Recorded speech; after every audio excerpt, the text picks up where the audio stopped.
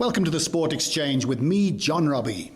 Hi guys, welcome to the Sport Exchange podcast where we meet sporting personalities and learn about their lives and their life stories.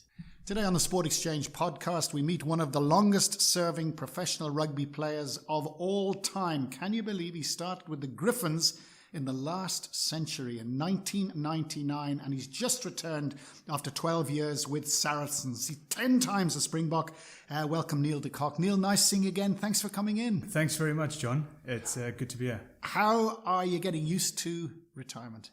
Yeah, it's pretty good. I'm getting used to the fact that I don't get run over every weekend, which is quite nice for a change. But yeah, I suppose it's it's that time that every sportsman dreads. That's this transition from playing into the real world. And I'm currently 11 months in, and in fairness, you had a long time building up to it.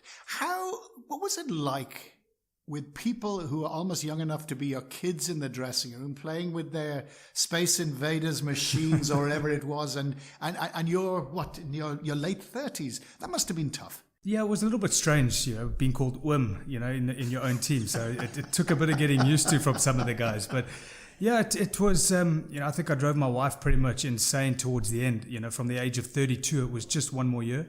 And the year after that was just one more year. And it went on like that for about 6 years until 38. So why was that? Was that because the money was so good?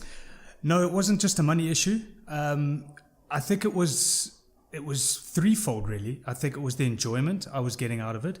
I think I was part of a sensational club at the time at Saracens. Loved going to work. Loved the adrenaline and the fix you got from playing at a high level. Believed that I could still add value on that front. And I wanted to go and add value and play, because I always said to myself that if you're playing for a paycheck, then you know that you're in the wrong job. And it's a catch-22 because it's a tough one to say no to. But saying that, towards the end, I think I knew when it was over. And everybody said who's retired told me before that you will actually know when your time has come. And towards my last year, and probably just before my last season, I knew that the time was coming. So my transition in the last year was much more mentorship role than it was frontline playing in the starting lineup, so to speak. We said when we spoke to Ernst Joubert that Saracens has become legendary. It's almost every rugby organization in the world is trying to copy Saracens.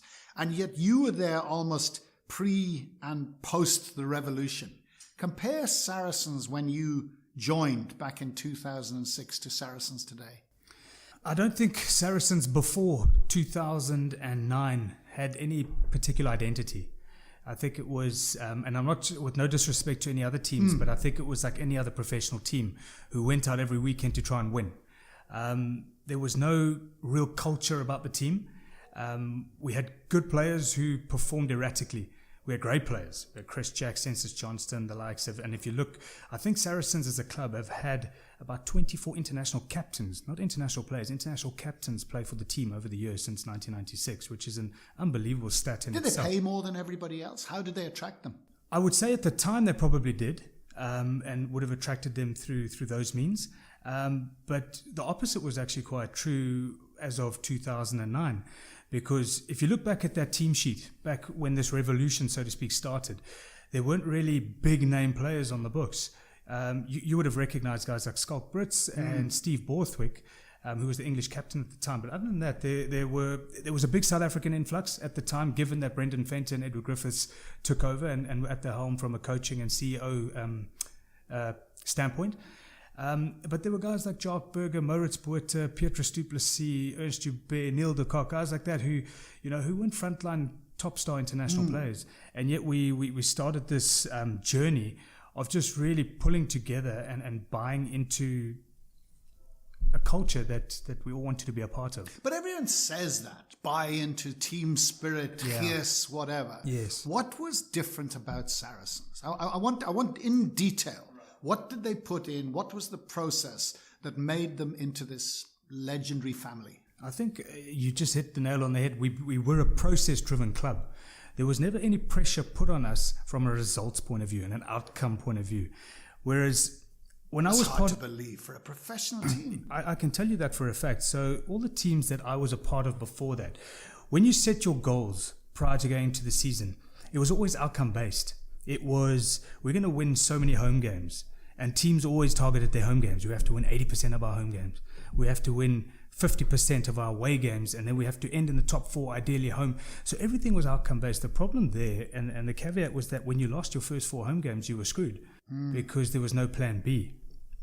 And now, when Brendan Fenton and Edward Griffiths came in, they said, one day, what's your identity as a team? You know, we all sat there, and I'd been captain the previous year. And they said, what do you want to do? What are you trying to achieve? And I put my hand up because nobody else did. You know, that deathly awkward silence. Yeah. And I said, well, we want to be the best team in England. We want to qualify for Europe because at that stage we were playing in the Challenge Cup, it was called. So we weren't in the top 6. And I said, we want to win the Prem. And they said, okay, great. He said, well, we're going to change that mindset. And our goals now are going to be twofold. We're going to create a family, and we're going to make memories. Now, again, that probably to you sounds like a lot of bull dust, because I was cynical at the time going... What was the reaction of the hard-bitten core of players? Well, it was exactly what you're thinking right now, I think. To think, okay, this is all good and well until we lose 3 games in a row. But the difference here is that it was lived and breathed, but not by the players, by the coaches and by the CEO. They came in every day. By the way they carried themselves around the team, constantly, day in, day out. They were relentlessly positive. We always said, we're going to be relentlessly positive with each other. We're not going to knock each other down. We're going to bring people in and value what they bring and work on their weaknesses. We had this go-to saying, we had 2 errors within the team, and you might have heard this before. We had a skill error and we had an effort error. And Brendan Fenton stood up one day and he said, we've got 2 errors in this team. We're going to have a skill error and an effort error. He said a skill error is dropping a pass, missing a tackle, missing a kick, whatever the case, game-related. He said, that's my responsibility, and that's the coaching staff's responsibility. We'll take that responsibility. We'll upskill you. We'll take you apart. We'll take you aside days, weeks, months on end to fix those skills. He says, but the effort error, that's your responsibility as a player and as a squad. If you're not getting up off the ground quick enough, if you're not training hard enough, if you're not doing enough analysis, you don't have a place in this team. And what you found is that they were anomalies, but there were 1 or 2 guys who didn't buy into that philosophy, who did fall by the wayside. Who? One example was a Welshman, but he came in a little bit later, probably 3 years down the line. And now it's difficult to come into an environment and immediately make an impact and to understand what it's really about. And whether it was because he wasn't performing, but it's my opinion, and it's my opinion only, that he didn't try hard enough to be a part of this environment and to add value to the environment part of the team. And from a recruitment point of view, I think, I know quite well that Brendan Fenton, Edward Griffiths, and the coaches at the time put a huge value on what that person was going to add to the environment. Over and above what he did as a player. Of course, they needed to recruit good players because that's what's going to win you matches. But if that superstar player is going to be disruptive and affect the performance of 5 other guys within that team negatively, then you're probably not going to have a place in that. So what happened? He didn't look to add value and get to know people and get to be a part of that environment and feed off each other. And he wasn't necessarily in the front line as a player because he wasn't selected, so he sort of withdrew. And I think that probably lent itself to him not getting a full-on... So I think he was contracted for a 3-month period or whatever it was, but it wasn't extended. A wonderful athlete, but introverted and quiet, and not a bad guy. But I think they were looking for something more. That must have had a hell of a positive effect on the club. I think it sent a good message. Yes. And I think, that sort of stood the club in good stead up until now. That it's more than just what you do on the field. And I think Saracens still have that viewpoint. And of course, you are going to be tempted by the fact that somebody is a superstar player. But they do still put a premium on what that individual is going to contribute other than what he does on the pitch. And it was a good message. And it's a way of bringing out the best in the rest of the group as well. A good measure, I think, of any team and any culture, any environment, and you've seen it with our Springbok Sevens, the Blitzbox, is that when things are not going well, how you rally and get through those difficult times. And it's the Saracens blueprint's by no means been plain sailing from start to finish. People go, they've been a fantastic club, but trust me when I say there've been horrible times, there's been dark times. This last season that I wasn't a part of, they lost 8 games in a row. In a row, yeah. But yet, you find a way. You find a way to get out of those dark holes and to find a way to win and to rally and pull together because, you've been through it before. And I think Brendan Fenterstill said in an interview that I had with him, actually, he said that the most pleasing part of his short career at Saracens in the first 2 years that he was there is that when we lost 5 in a row, nobody turned on anybody else. Players didn't point fingers at coaches. Coaches didn't ban players and vice versa. And players weren't stabbing each other in the back. Instead, we all rallied and we got out of that 5-loss streak and ended up winning the premiership that second year that they were in charge. And I think that says a lot about a team and it's a very subjective subject, isn't it? A culture and an ethos and an environment that you work within. And to me, the truest test is when things go badly.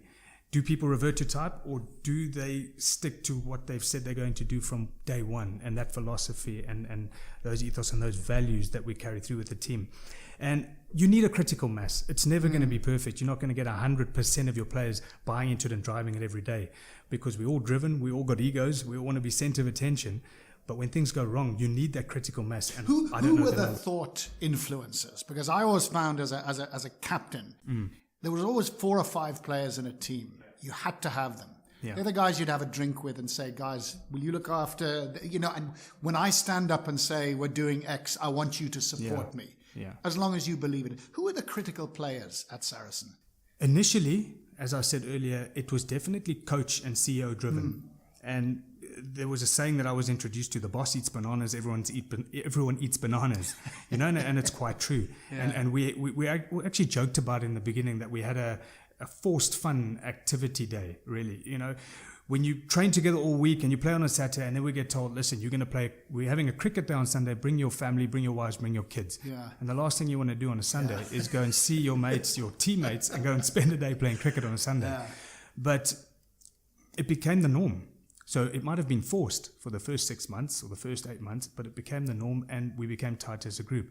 But to answer your question, and as it progressed, there were definitely a group of senior players who drove that, and the likes of Steve Borthwick, Ernst Joubert, who you've spoken to, Skalk Brits was one of them. And then the lesser named and known guys, the guys like Petrus du Plessis, guys like Jacques Burger, these are the guys who definitely pulled the guys together. So it was very much South African driven. It was South African driven in the beginning, and I think partly because we were led by a South African contingent, and we copped a lot of criticism in the beginning as a club that there's a South African takeover. Saracens. Exactly right. Saracens and all of these sorts of things. That so much so that our own supporters were very negative in the beginning, and it took a long time to win them over. And we won them over playing the most boring style of rugby in the first year or two, because we became very stats driven, and we realized that the less you had the ball, the better, and it will help you win games. And it proved correct. And then they changed the interpretations, and suddenly you had to run with the ball. And we had to run with the ball, and that was in our second season. Everybody's eyes almost fell out of their head when we started to run the ball. And that also proved effective over time. But you had guys like Justin Marshall who were there, Glenn Jackson in the beginning who were there, who were also part of this revolution. Is that the referee? Correct. Really? Yeah. He was my fly-off for quite a couple of seasons. Yeah. But what sort of a player was he? He was a fantastic 10. Yeah. Wonderful player, great read of the game, and he used to give referees absolute nightmares. So he's copying his own flack now, which is great. Yeah. Tell us about your career, because I was staggered. I'd forgotten you played for the Griffins. I've also forgotten that so long ago. I mean, you were there. I think you had a bursary to go to Stellenbosch. You were on a fast track, if I can put it that way. And then suddenly you go to the Griffins. How on earth did that come about? So that came about my first year at Stellenbosch. I didn't play any rugby. I'd had a knee operation in my matric year. I fractured my kneecap, and I had to have a second op, and didn't actually play any games in that first year that I had a bursary. So the second year I got to playing, and I'm a true believer that in sport it does come down to hard work and discipline and all of those things that people talk about, but it also comes down to luck and timing. And it so happened that in my second year, I think there must have been 3 or 4 scrum-halves who were ahead of me in the pecking order who got injured in one season, and almost in consecutive weeks. And I ended up getting an opportunity to play in the club champs semi-final and final in my second year for Stellenbosch University, for Marties. And then Basil Bay, who you will remember, legendary Basil Bay, and Steph Nell took up the job to go and coach at the Griffins. And at that stage, there were 14 teams in the Currie Cup. So, and we were a young spun, it was called, at Stellenbosch at the time. And I think there were 8 of us from Stellenbosch who were recruited and asked if we wanted to go and play Currie Cup rugby, professional rugby. Now, you're a second year student, live in Welkom. And I'll tell you, John, I kid you not, and I don't just say this, but it was probably the best year I had as a professional rugby player. Yeah, you're going from being a student to a guy earning 5,000 Rand a month. You house share with 3 other mates. You stay in Welkom, so you're forced to get on and to do things together. Yeah. Because there's not a hell of a lot to do there. You're playing Currie Cup. You're playing against your heroes. You mentioned James Small earlier to me. You play against James Small, Brayton Paulser, Justin Swart, Joost, the likes of that. Guys that I grew up, really aspiring to be one day. Yeah. And you get an opportunity as 19, 20 years old to do that. So went up to the Griffins, and we didn't win a lot of games. We scored a lot of tries, but we unfortunately conceded far more. You had some good players, didn't you? We had very good Dean players. Hall was playing there, I think. Dean Hall played there. Lucas van Bouillon was playing. Oof. Stuart Abbott, who played in a World Cup winning England squad. Yeah. You had Gavin Parsons, Clark Roberts, Gavin Pfister. So That's from the past. Where are these guys? So you got noticed then, and you came back. Yeah, and again, it comes down to that timing and a bit of a stroke of luck. So Gert Small at the time was coaching Border in the same year I played for the Griffins. And I assume it was then, because we played against Border, numerous occasions throughout that season, that Gert Small might have spotted me and then got the Western Province job in 2000, the Currie Cup job, and asked to meet with me actually when I was back in Tiger Valley Centre. I still remember it like it was yesterday, at a coffee shop there, and he approached me and said, "Listen, Neil, I know would you like to come down and play for Western Province? I can't offer you a lot of money." And I don't even think he mentioned a figure, and I said, "Yes, I'm in." It's an opportunity to come back to Cape Town and play for a province that you've aspired to play for since you were a little kid. And that's where it all started, really. So and then getting into the Springbok team, into the Springbok squad, the Springbok team. I mean, 1 minute you're in the Griffins, next minute you're wearing the green and gold. Tell us about that. Yeah, it's a bit of a blur, really. So from the Griffins, I got called up to Jake White's under 21 squad. And funny enough, Neil Powell was the guy who got injured playing in Argentina. He got injured just prior to the semi-final. Wow. And I still remember walking into the hotel in Buenos Aires, and he was walking out, and it was a bit of a bittersweet moment, because obviously I play against Neil. Yes. And, he's gone on to do such fantastic things currently. And it's so strange how it worked out that I replaced him. I played probably only 6 minutes in that tournament, and South Africa went on with John Smith as captain, winning that tournament in 99. And then shortly afterwards, it was about a year or two afterwards, where Harry Viljoen, I played a game at Boerland against the Sharks, and I still remember the Springbok squad was announced after that game. It was about 45 degrees, Super Rugby game, and I was announced in his squad, and it was surreal, really. And the biggest shame, and this is a little bit of a regret, is that when you're 22 or 21, whatever it was, you don't really appreciate it for what it was back then. And I think every player will say that, because you think you're bulletproof and this is going to last forever, and it's exuberance of youth. You think you're going to play for the Springboks hopefully for the next 8 years, and I played 10 caps, and before you knew it was over. And when you look back, you say, "Geez, I just wish I'd appreciated it more for what it was then." And yes, I did, but I suppose everybody goes through that. But at the age of 22, I got called up to Harry Viljoen's team, and again playing alongside guys like Mark Andrews, Ollie Leroux, Joost van der Westhuizen, Rassie Rasmus, and these are guys I watched growing up, and it was surreal training alongside Joost. It was. Did it go to your head? I'd like to think it didn't. Looking back, yeah, I'd like to think it didn't. I know my dad always kept a big lid on that. He kept me studying throughout my career from the Griffins days. Was that tough? Because I seem to remember when you went to the Griffins, you hadn't actually graduated. No, I hadn't graduated. Is that right? So you promised your dad you'd graduate. I did, yeah. And tell us about that. I'd completed my second year at Stellenbosch. I'd got through my first 2 years doing a BCom. And then agreed that, my dad said, listen, go for it. You must understand that you're 1 in a million of making a career out of this. So, have a plan B. Don't die wondering, though. That's right, exactly. So, go follow your dreams, but have a plan B, have a safety net. So I agreed to do the whole UNISA route. The only problem is that UNISA accepted no credits from my second year from Stellenbosch. So I had to redo my whole second year and my third year through UNISA. So it was a bit of a... How tough was that? You're young, you're living the dream, you got your mates around you, you're in Velcom, which is a cowboy town in a way. How difficult was it to open the books? Yeah, it was pretty tough.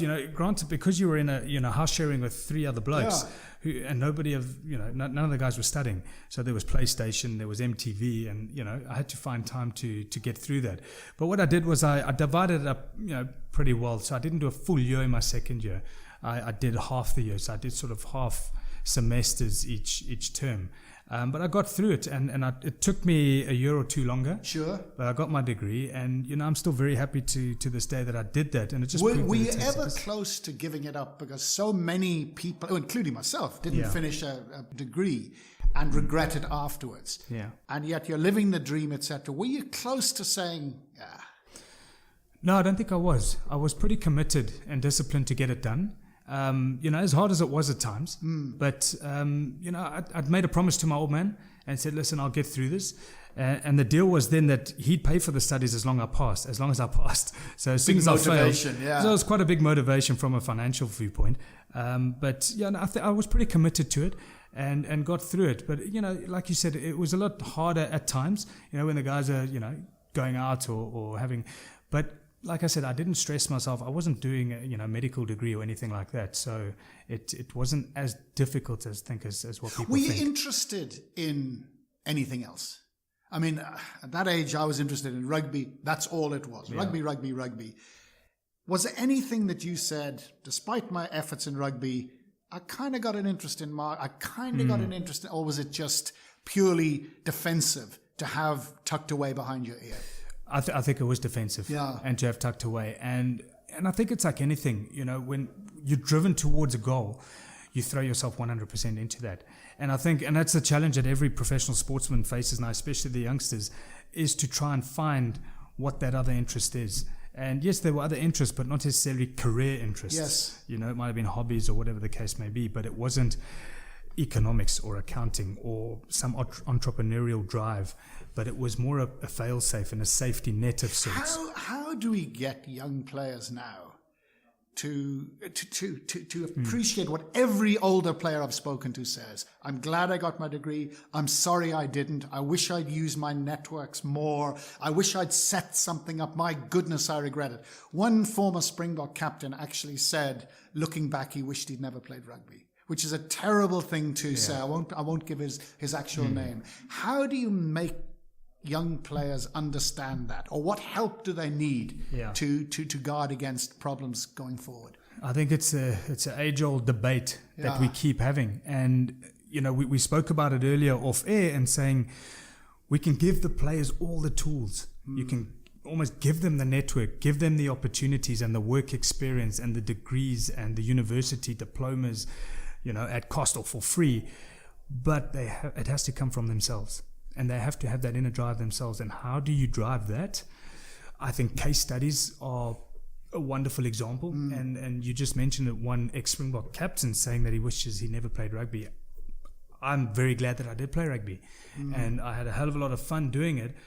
But it doesn't take away that you have this anxiety, even after having played for 20 years, that you still need to find something to do. Well, tell us about you. You're coming to the end. You're 38, for goodness sake. Yes. You've been playing year after year. You've told your wife this is the last year. It's not like you're a youngster starting a career in the back office. Yes. What was your path?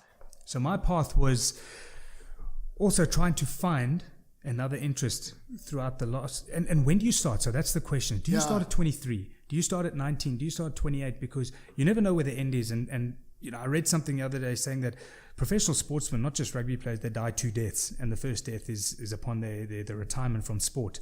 And for me, I mentioned earlier that there was this mentorship role at Saracens, and I made a point to try something different in that last year. So I was a professional player, full-time player, but I also headed up a leadership development program for Saracens, which we marketed to corporates. So it was a workshop-based leadership program.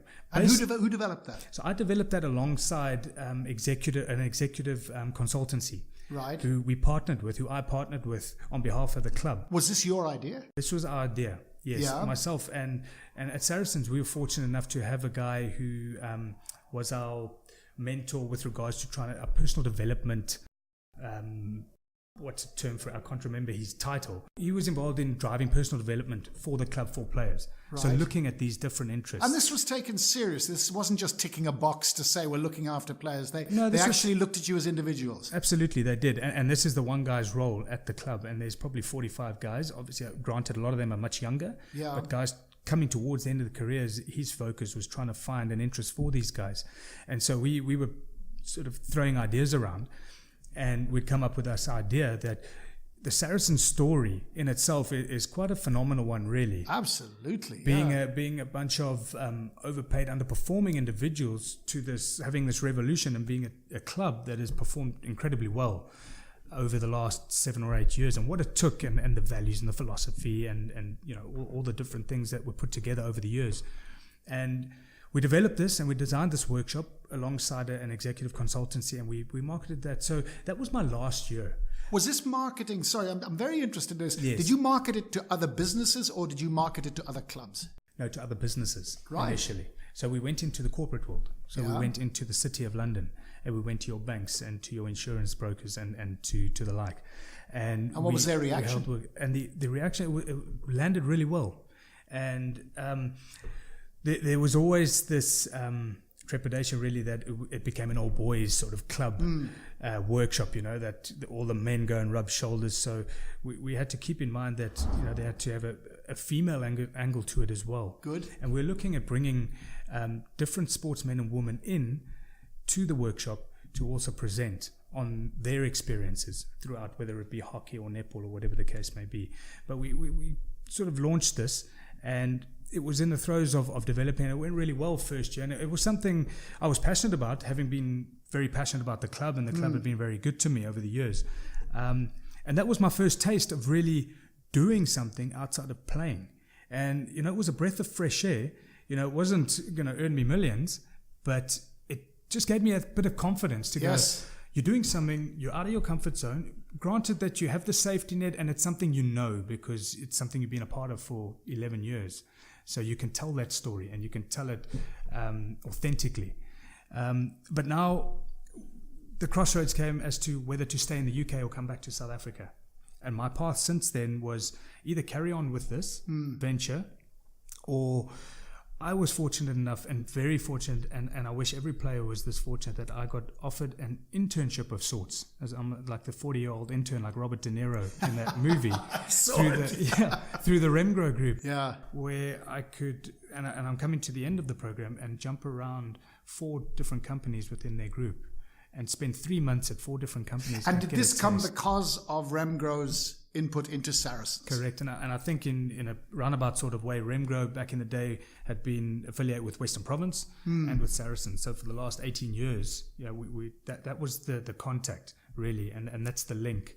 And I was very fortunate to be offered this opportunity through the Remgro group to spend a year in transition from retiring to deciding really what it is, with no guarantees that there will be a job or there will be something at the end of it, but to say, get into the business world and see what's out there and see if anything tickles your fancy, and then let's have a discussion towards the end. And what has tickled your fancy?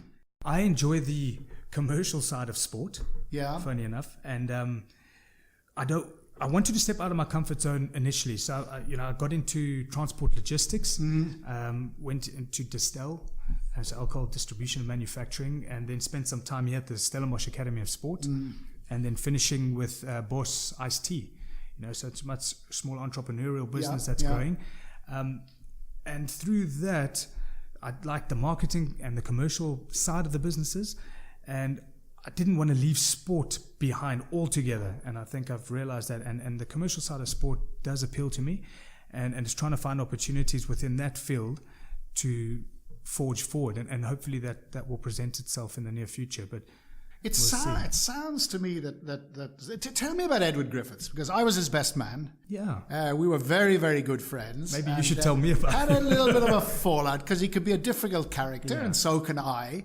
And we've established links. But when he came over to South Africa as a junior journalist on Business Day, all right, having been Newcastle University history, a soccer goalkeeper, and he told me he is going to run a professional soccer team. That's what he said. I mean, it was so ridiculous. It was because he's not a very athletic guy. He's a, Arsenal football fan, whatever. And he's ended up, if you think about it, CEO of South African rugby and what he's done with Saracens.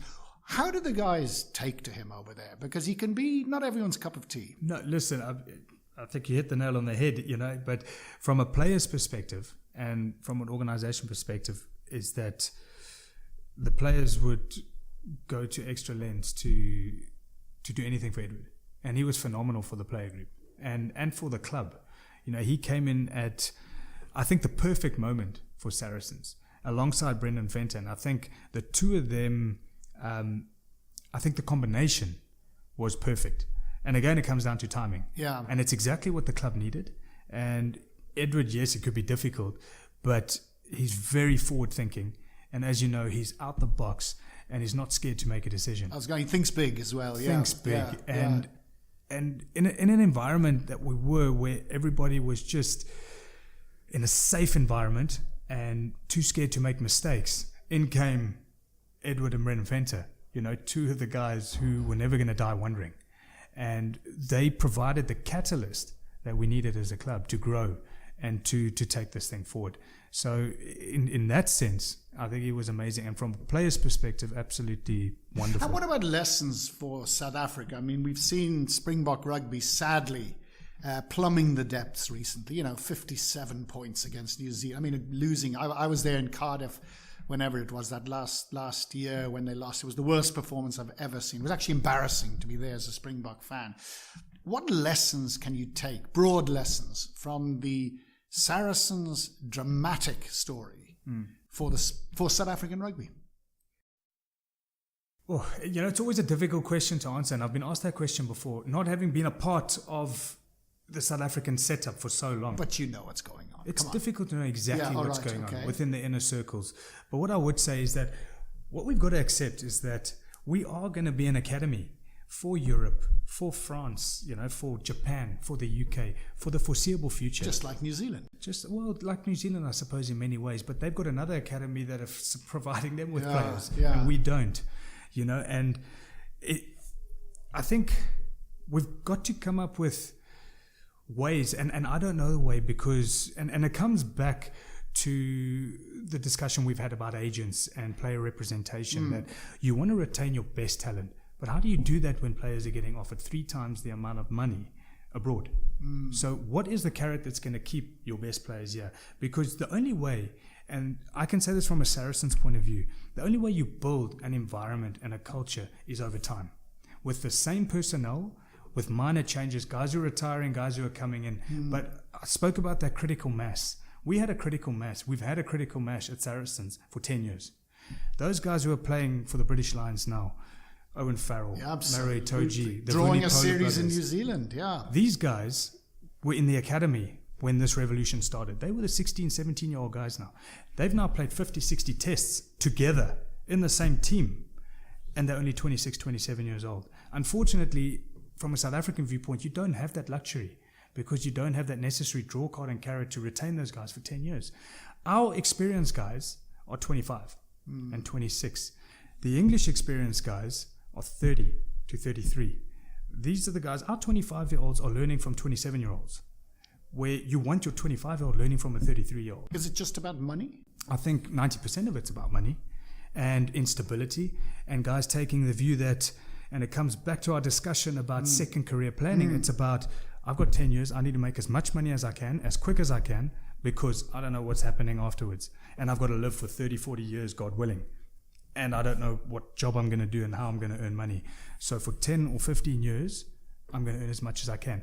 And there will be the odd guy who says it's politics and I'm not going to get selected and I'm going to leave. And there's various reasons why players leave. But our biggest challenge as a South African team and union is to retain players, and it's going to be very, very hard. So I don't know the the answer. incentive in terms of money, in terms of career prospects, in terms of assistance afterwards, etc. Correct. Sounds like there might be a job for you Well, running that program here. Would you be interested? I don't know the answer, and that's the thing, because everybody talks about it, and we talk about it, and it's trying to figure out exactly what that draw card would be, and whether it be that you incentivize a much smaller group that are pinpointed, and we've tried that. We've tried that with tripartite agreements, and I think it was Hanneke Meyer who might have started that by identifying 20 players and giving them a premium contract and using that as a draw card to say, listen, guys, we're going to look after you 20 guys. We need you for the next 4 years till the next World Cup.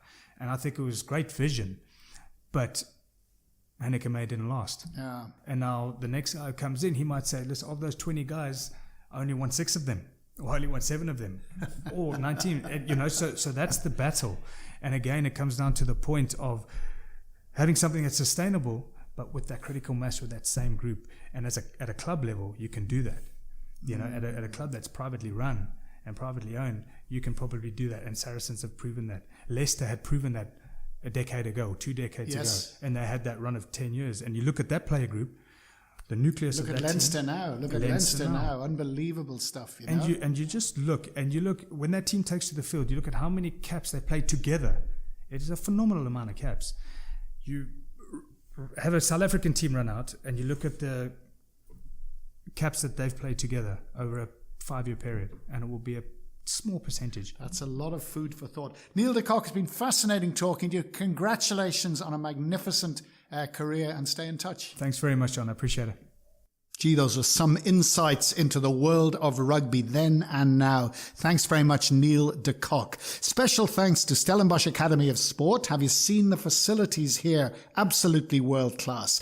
Don't forget to subscribe on iTunes or your favorite podcast app, and follow us on social media at TSE Advisory to make sure you don't miss out. Thanks for listening. Cheers from John Robbie.